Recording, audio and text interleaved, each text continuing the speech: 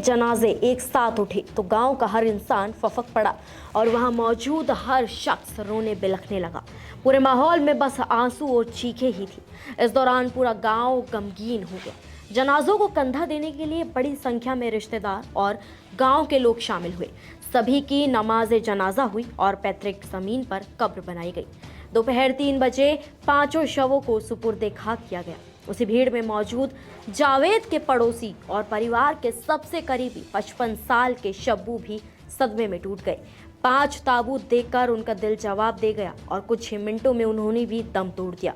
दरअसल पूर्वांचल एक्सप्रेसवे पर बुधवार को सामने आई दिल दहला देने वाली घटना पूरे प्रदेश को शोक में डुबो चुकी है।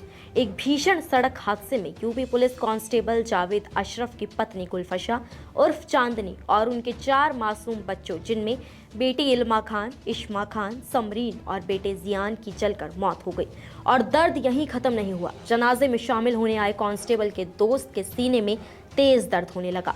वहां मौजूद लोगों ने उन्हें कब्रिस्तान में एक तरफ बैठा दिया और 5 शवों के अंतिम संस्कार में जुट गए। इसके बाद लोगों ने देखा तो कांस्टेबल के दोस्त की मौत हो चुकी थी। बता दें आपको, आजमगढ़ में कांस्टेबल जावेद अशरफ सिद्दीकी किराए के मकान में रहते हैं। शब्बू, जिनकी उम्र 55 साल है, उन्हीं के पड़ोस में रहते थे। उनका जावेद के परिवार से घरेलू रिश्ता था। जावेद के बच्चे उन्हें मामू कहकर पुकारते थे। इसी वजह से वो बच्चों की मौत की खबर सुनकर उनके जनाजे में शामिल होने आए थे। एक साथ 5 जनाजे उठने पर वो सदमा बर्दाश्त नहीं कर सके। उनकी तबीयत बिगड़ गई। लोगों ने उन्हें भीड़ से हटाया, लेकिन तब तक उनकी सांसें थम गई।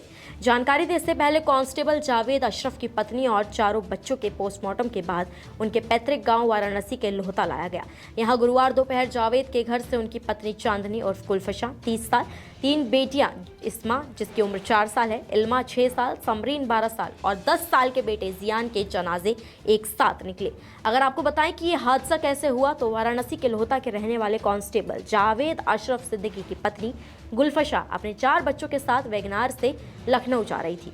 कार जावेद के साले जीशान चला रहे थे। बाराबंकी में पूर्वांचल एक्सप्रेसवे पर दोपहर करीब 2:30 बजे वैगनार सड़क किनारे खड़ी थी। परिवार पानी नाश्ता कर रहा था, तभी पीछे से आ रही तेज रफ्तार ब्रेजा ने गाड़ी में जोरदार टक्कर मार दी। टक्कर के तुरंत बाद वैगनार का सीएनजी टैंक फट गया और कार आग के गोले में तब्दील हो गई। दरवाजे लॉक थे और कुछ ही सेकंड में मां और 4 बच्चे अंदर ही जिंदा जल गए। धुएं, चीखों और आग की आवाज ने पूरे इलाके को दहला दिया।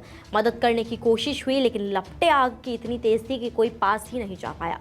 टक्कर मारने वाली ब्रेजा में सवार दीपांशु मिश्रा, जिनकी उम्र 24 साल, बहन दीप्ति 16 साल जिसकी हालत नाजुक है, और तृप्ति 17 साल और प्रगति 23 साल गंभीर रूप से घायल है।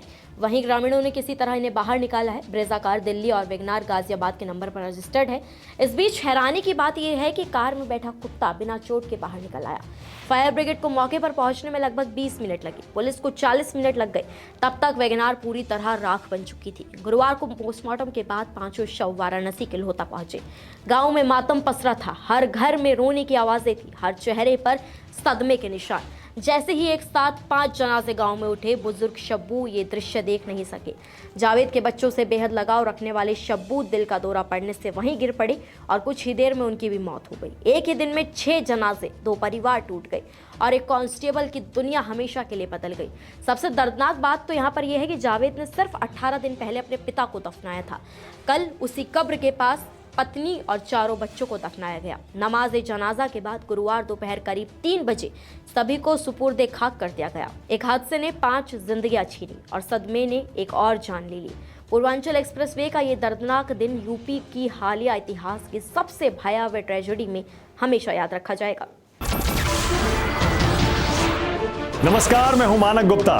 अगर आपको हमारा ये वीडियो पसंद आया हो तो इसे लाइक और शेयर जरूर करें, और हाँ, हमें सब्सक्राइब और फॉलो करना ना भूलें ताकि आप देश और दुनिया की कोई खबर मिस ना करें।